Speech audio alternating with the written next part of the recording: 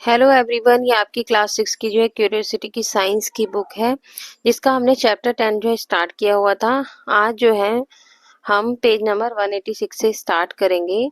तो हमें कहाँ से स्टार्ट करना है, पिछली वीडियो में मैंने आपको यहाँ तक पढ़ा दिया था।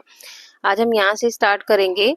Late us look at another characteristics. What is your reaction if you unexpectedly step on the sharp object such as a thorn. आप जो है आपका रिएक्शन क्या होता है जब कोई भी आप शार्प ऑब्जेक्ट लेते हैं, तो आपका रिएक्शन क्या होता है। सच ए थॉर्न, और कांटेदार कोई भी चीज लेते हैं आप। वाइल वॉकिंग विदाउट शूज, जब आप किसी कांटे पर चलते हैं, शूज नहीं पहने होते हैं आपने कभी भी, तो आप उस पर चलते हैं, तो आपका रिएक्शन कैसा होता है एकदम से। You accidentally touch eight hot cup of T, जब आप किसी गर्म चाय को पकड़ते हो, गर्म चाय के कप को पकड़ते हो, तब आपका एकदम से रिएक्शन क्या होता है। Stepping on a thorn and touching a hot object are stimuli, जैसे ही आप किसी कांटेदार चीज को पकड़ते हो या फिर आप किसी गर्म चीज को टच करते हो, तो आपका एकदम से जो रिएक्शन आता है ना, उसे हम स्टिमुली कहते हैं। Anything or any event that prompts living beings to respond is called a stimulus. ऐसे ही जैसे लिविंग बींग्स जो होते हैं, कोई भी रिएक्शन जब देते हैं ना, एकदम से रेस्पॉन्ड करते हैं उस चीज पर, मतलब हॉट कप को पकड़ने पर जो भी रेस्पॉन्ड करते हैं उसको हम स्टिमुलस कहते हैं। List 3 stimuli plural of stimulus and your body instant response to them. ऐसी हमें 3 चीजें बतानी, जैसे जिस चीज को देखकर हम एकदम से जो है रेस्पॉन्ड करते हैं। जैसे लाइट होगी, अब हम किसी लाइट वाले कमरे में आते हैं, मतलब हमारे पर अगर सूरज की रोशनी पड़ती है तो हमारी आंखें हल्की सी बंद होने लगती है, तो हमारी आंखों आंखें जो रिएक्शन करती है ना, एकदम से रेस्पॉन्ड करती हैं उसकी रोशनी को। और टेम्परेचर, जैसे ही टेम्परेचर बढ़ता है या घटता है तो हम एकदम से रिएक्ट होते हैं। साउंड, कोई भी हम आवाज सुनते हैं तो हम एकदम से रिएक्शन होता है हमारा उस पर, तो हम रेस्पॉन्ड करते हैं उसको। Do plants also respond to stimuli, इसी तरीके से जो है प्लांट भी जो है रेस्पॉन्ड करते हैं। अगर हम उन्हें छूते हैं ना, तो वो एकदम से रेस्पॉन्ड करते हैं। अब ये वाला जो पौधा दिखाया गया है ना सामने, छुई मुई का पौधा होता है, इसे टच करने पर इसकी पत्तियां जो है सारी बंद हो जाती हैं। ठीक है, टच करते ही रेस्पॉन्ड करता है। Yes, plants also respond to stimuli.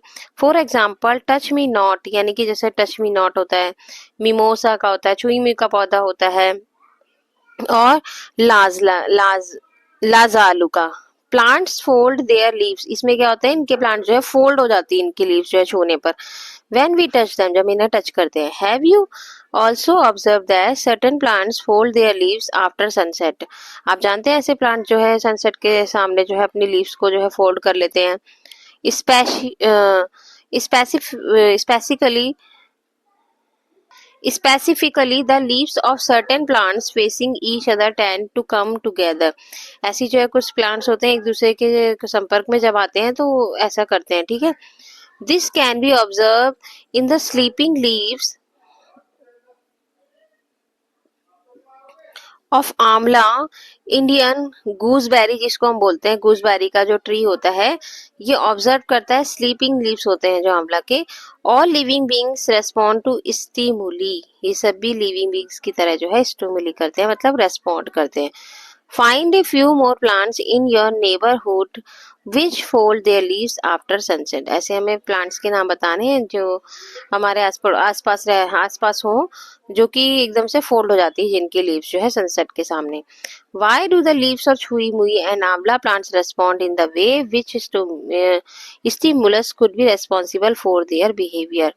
छुई मुई का जो पौधा होता है, क्यों जो है वो फोल्ड हो जाता है, एकदम से रेस्पॉन्ड क्यों करता है, इसका कारण क्या है, रेस्पॉन्सिबल बिहेवियर क्या होता है इसका। ठीक है, उसके लिए रेस्पॉन्सिबल क्या होता है, मतलब उन्हें टच करते हैं ना तो वो एकदम से फोल्ड हो जाता है उसका, उसकी लीव्स जो है।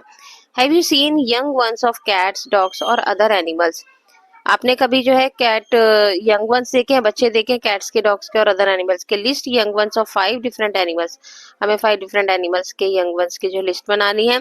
Have you seen young ones of any non living thing such as a pencil, आपने इनके तो यंग वंस देखे हैं कैट, डॉग्स, एनिमल्स की, क्या आपने पेंसिल के यंग वंस देखे हैं, बच्चे देखे हैं क्या।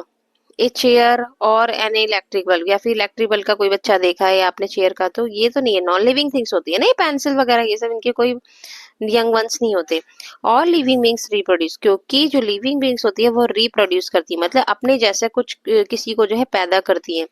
Reproduction is the Reproduction is the processing of producing new ones of on once on kind. Reproduction क्या होता है? जब हम अपने जैसा कोई जो है सेम पैदा करते हैं किसी बच्चे को, तो उसे रिप्रोडक्शन करना कहते हैं. Why is reproduction necessary? Reproduction क्यों जरूरी है? It is necessary for the continuity of life. Continuity of life के लिए जरूरी है रिप्रोडक्शन करना. When a living being is not able to exhibit all the above mentioned characteristics despite the availability of all resources like food, air and water needed for being alive, and it is said to be dead. हमें जो living beings को जीने के लिए जो है food की, air की और वाटर की जरूरत होती है. From the above discussion we can understand that all living beings share some common characteristics. For example, all living beings show movement. They need, मतलब सभी जो लिविंग बींग्स होती हैं वो जो है मूवमेंट करती हैं, उनके अंदर कुछ कैरेक्टरिस्टिक्स होते हैं. दे नीड, उन्हें जरूरत होती है, फूड की जरूरत होती है. दे ग्रो, वो ग्रो भी करते हैं. दे ऑल्सो रेस्पायर भी होते हैं, रिप्रोड्यूस भी करते हैं, एक्सक्रीट भी करते हैं, मतलब कुछ वेस्ट चीजें निकालते भी है बाहर. रेस्पॉन्ड टू स्टिमुली, एकदम से उन्हें एकदम से कुछ रेस्पॉन्ड करते हैं किसी चीज को टच करने पर, या उनको कोई टच कर ले तो. इवेंचुअली डाई, और वो मरते भी हैं. Absence of any of these features indicates that they are non-living things. अगर इसके अलावा जिसके अंदर ये सब चीजें नहीं होती, वो सब क्या होती हैं? non-living things होती हैं. Now that you know how to identify a living being, fill up the remaining two columns, fourth and fifth of table. Table 10.1 को हमें जो है फिल करना है एंड कंप्लीट. हमने 10.1 जो है फिल करी थी टेबल, ठीक है. फोर्थ और फिफ्थ जो उसका कॉलम था. In which category would you place a seed, living और नॉन लिविंग? इसमें हमने देखा था कि सीड क्या है, लिविंग है या नॉन लिविंग है. क्या सीड जो है लिविंग या नॉन लिविंग है, तो हम इसके बारे में पढ़ेंगे. Let us explore how a seed germinate to observe some of these essential characteristics in plant. कैसे जो है सीड जो है जर्मिनेट होता है, इन सबको, इस चीजों को हम ऑब्जर्व करेंगे अब आगे. तो 10.2 में दिया है essential condition of germination of the seed. Seeds का जर्मिनेशन हम पढ़ेंगे इसमें. Have you observed a seed germinating? आपने कभी ऑब्जर्व किया कि सीड जो है जर्मिनेट होता है? बीज जो अब आप डालते हैं उसमें छोटी छोटी सी पत्तियां निकलती है, जर्मिनेट होता है. You might have wondered that condition are required for germination of a seed. क्या condition जो है required होती है germination के लिए? What condition do you think are required for seed germination? How will you investigate whether these condition have an effect the germination of a seed? कौन से जो है कंडीशन जो है जर्मिनेशन को इफेक्ट करती हैं, ये सब हम पढ़ेंगे. कैसे जो है, let us find out by performing activity. अब एक्टिविटी 10.2 में हम देखेंगे.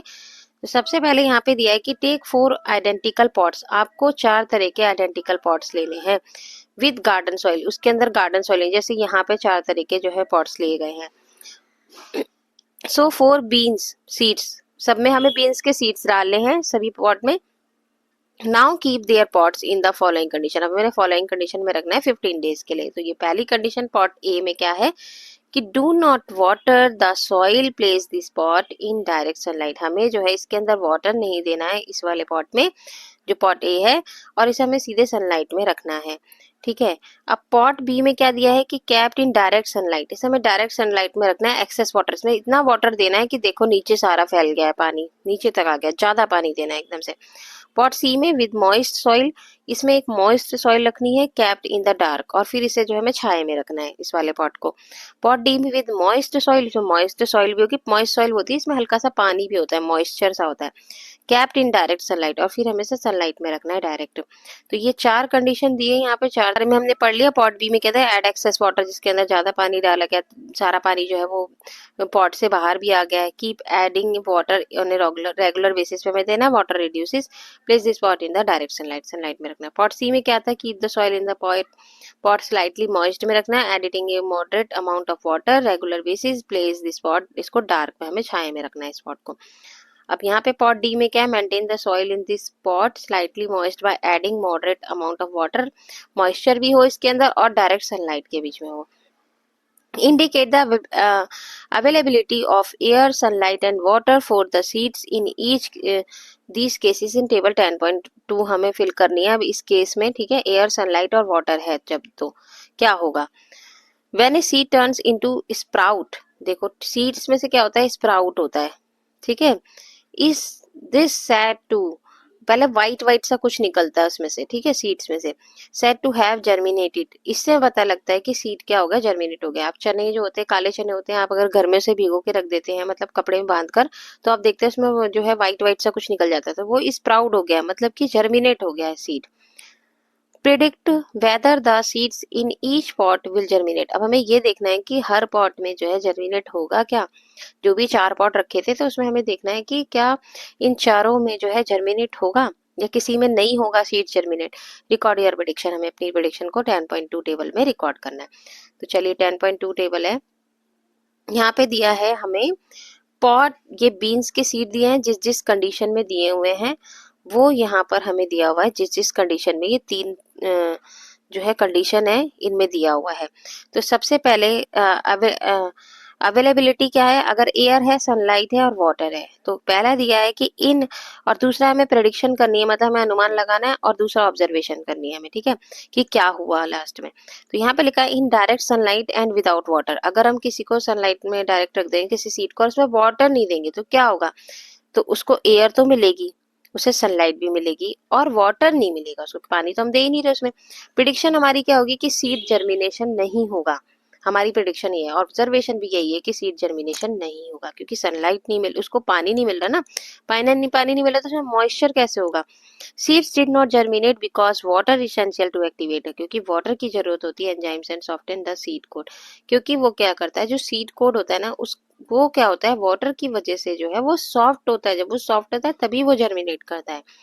अब है यहाँ पर बी वाला इनडायरेक्ट सनलाइट, और हमें पानी ज्यादा देना है, एक्सेस वाटर हमने पानी ज्यादा दिया है उसमें बी वाले पार्ट में, तो उसमें एयर तो मिलेगी, सनलाइट भी मिलेगी, ठीक है। अब सनलाइट के सामने रखा था, वाटर भी मिल रहा है, उसको ज्यादा वाटर मिल रहा है, तो ज्यादा वाटर मिल रहा है, एक्सेस वाटर मिल रहा है, तो प्रेडिक्शन हमारी क्या है, नहीं होगा इसमें, सीड जर्मिनेशन इसमें भी नहीं होगा और ना ऑब्जर्वेशन में भी नहीं होगा, क्योंकि excess water might block the air spaces in soil, reduces oxygen and availability for germination, क्योंकि एक्सेस वाटर क्या कर देता है, वो सॉइल के स्पेस को जो है ब्लॉक कर देता है, जिससे क्या होता है, उनको ऑक्सीजन नहीं मिल पाती और जर्मिनेशन नहीं हो पाता।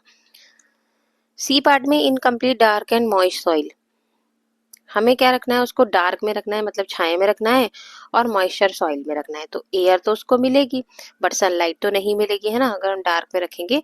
वाटर भी मिलेगा क्योंकि हम वाटर तो दे रहे हैं, मॉइस्चर है तो वाटर है उसके अंदर। उसके बाद प्रिडिक्शन हमारी क्या है, यहाँ पर हमारा जर्मिनेशन सीड्स का होगा और ऑब्जर्वेशन में भी होगा। Seeds germinating because water and air were available, क्योंकि वाटर और एयर जो है होनी चाहिए सीड जर्मिनेशन के लिए, भले ही सनलाइट ना हो। अब इसके बाद in direct sunlight and moist soil, direct sunlight में रखा है लेकिन सॉइल भी मॉइस्ट है, तो वहां पर एयर तो मिलेगा, सनलाइट भी मिल रही है और वाटर भी मिल रहा है, तो यहाँ पर सीड जर्मिनेशन यहाँ पर भी होगा, ठीक है। आप धूप में भी रख देंगे तो भी सीड जर्मिनेशन होगा, लेकिन वाटर और एयर होना चाहिए। Germination occur due to the presence of all necessary condition air, water and sunlight, क्योंकि सब कुछ है वहां पर कंडीशन, एयर भी है, वाटर भी और सनलाइट भी है, तीनों चीज है, तो सीड्स का जर्मिनेशन होगा।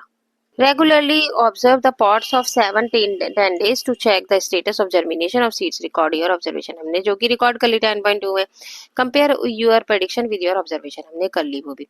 Do you think sunlight is necessary for germination of seeds? क्या सनलाइट जरूरी है जर्मिनेशन के लिए सीड्स की? तो जरूरी है, जरूरी भी नहीं है, अगर नहीं भी होगा तो भी हो जाएगा। एयर और वाटर जरूरी है। Do the seeds in all the pods receive air, water and sunlight? Is there any pot in which air is not available to the seeds? क्या फिर अगर पॉट में अगर एयर अवेलेबल नहीं होगी तो फिर क्या सीड जर्मिनेशन होगा? If so why is it not available? What, अगर नहीं होगा अवेलेबल तो क्या होगा? What happens to the seeds in the pot where water is provided in excess? जब पानी ज्यादा दे दिया जाएगा तब क्या होगा? वो सब हमने प्रेडिक्शन कर ली। Which seeds receive both air and water, जो सीड जो है दोनों जिसको मिलेंगे एयर और वाटर, तब क्या होगा? ये भी हमने प्रेडिक्शन कर ली। Identify the pots where you can notice the germination of seed, हमने सारा जो है ये कर लिया प्रेडिक्शन सारी। Do your observation match with your prediction, हमने मैच भी कर लिया अपनी ऑब्जर्वेशन को अपनी प्रेडिक्शन से। Write possible reason in favour of your observation in table 10.3 based on your observation, state the condition, जो कि हम कर चुके हैं seed germination.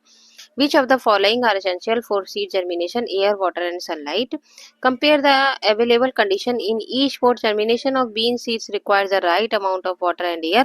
Why do seeds require these condition for germination, do you think that the absence of one or more these condition will affect seed? ना, इसमें से अगर किसी भी चीज के एब्सेंस होगा तो क्या इफेक्ट पड़ेगा? देखिए एयर और वाटर है तब तो जर्मिनेशन हो रहा है, और अगर सनलाइट नहीं है तो भी होगा जर्मिनेशन, लेकिन अगर एयर और वाटर नहीं है तो जर्मिनेशन नहीं होगा। लेट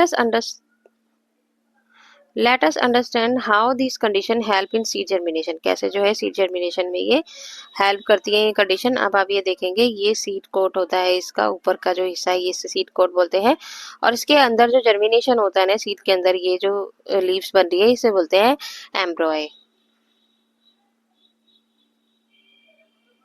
अब देखिए वाटर दिया है, seeds require water for germination, seeds के लिए वाटर रिक्वायर होना चाहिए उसके जर्मिनेशन के लिए। Water enables the seeds to carry out the process is necessary for their growth, उसकी ग्रोथ के लिए जरूरी होता है वाटर, है ना। The outer covering of the seeds is called seed coat, जो उसके बाहर का हिस्सा होता है ना सीड कोट, ठीक है। वाटर सॉफ्टन, उसको क्या कर देता है, वाटर सॉफ्ट कर देता है सीड कोट को, and help the tiny tiny embryo, इसलिए उसमें से छोटा सा फिर एम्ब्रॉय निकलता है, जब वो सॉफ्ट हो जाता है तो इसमें से एम्ब्रॉय निकलता है उसी की हेल्प से। Inside it develop into A plant, और फिर वो प्लांट में बदल जाता है। अब एयर और सॉइल है, seeds need air for germination, germination के लिए एयर जरूरी है सीड के। They use the air available in spaces between soil particles, soil particles में जो स्पेस होना चाहिए जिसके अंदर क्या होती है, एयर होती है। Moreover, spaces between the soil particles allow roots to grow easily, जिससे क्या होती है, roots grow करती है easily. Light and dark condition, we have learned that for the bean seed presence of light is not essential, bean seeds के लिए जो है light की जरूरत है, मतलब sunlight की जरूरत नहीं है, essential नहीं है for their germination. In general, most seeds do not require light for germination. जो भी सीड्स होते हैं ना उनको लाइट की जरूरत नहीं होती, सनलाइट नहीं होगी तो भी चलेगा, लेकिन वाटर और एयर होना चाहिए। But after germination sunlight is required, लेकिन पहले तो जब उसका जर्मिनेशन होता है तब तो सनलाइट की जरूरत नहीं है, ठीक है, एयर और वाटर से ही जर्मिनेशन होता है। लेकिन जब जर्मिनेशन हो जाता है, पौधा बन जाता है, छोटा सा पौधा बनता है, तब उसको सनलाइट चाहिए उसको ग्रो करने के लिए, ठीक है। उसके बाद सीड्स फ्लोरिंग प्लांट्स, फ्लावर वाले प्लांट्स होते हैं, ठीक है, लाइक है coleus and petunia, require light to germinate, इनको लाइट की जरूरत होती है जर्मिनेशन करने के लिए, कुछ को जरूरत होती है, ठीक है। Covering these seeds with soil inhibited their sprouting seeds of flowering plant like calendula and zinnia needs darkness, ये डार्क में भी मतलब छाया में भी जर्मिनेट हो जाते हैं ये वाले, कुछ को सनलाइट की जरूरत होती है, कुछ को नहीं होती जर्मिनेशन के लिए, ठीक है, वो पता करना पड़ता है हमें कि these seeds should be recovered with sufficient soil, sufficient soil में भी हो जाते हैं ये। In this chapter, mindful eating एक चैप्टर था, a path to the healthy body. You have learned that human being needed a balanced diet. Balance diet की जरूरत होती है हेल्थ के लिए, गुड हेल्थ के लिए, प्रॉपर ग्रोथ के लिए, ठीक है। Similarly plants too need favourable condition and nutrients for their proper growth and development, इसी तरह से प्लांट को भी अपने प्रॉपर ग्रोथ के लिए न्यूट्रिएंट्स की जरूरत होती है। What other condition do you think would affect seed germination, कौन से और कंडीशन है जो सीड जर्मिनेशन को अफेक्ट करते हैं? अदर कंडीशंस है इन एक्टिविटी 10.1 में, what are the characteristics of living being which made you place plant in living beings, ठीक है, ये हम पढ़ चुके हैं। Do plants show growth in activity 10.2 में हमने जो है प्लांट का ग्रोथ देखा कैसे होता है। Are there any other characteristics of living being that these plant show, कौन कौन से कैरेक्टरिस्टिक्स हैं जो प्लांट जो है शो करते हैं। लेट अस स्टडी अनदर, अब हम आगे के कैरेक्टरिस्टिक्स जो है इसके आगे पढ़ेंगे। Can be seen clearly plants growth and movement, अब हम ग्रोथ और मूवमेंट के बारे में पढ़ेंगे, प्लांट के ग्रोथ और मूवमेंट के बारे में हम नेक्स्ट वीडियो में पढ़ेंगे। तो अगर आपको मेरी वीडियो अच्छी लगी है तो इसे लाइक कीजिए, शेयर कीजिए, मेरे चैनल को सब्सक्राइब कीजिए। तब तक के लिए tata bye bye, take care.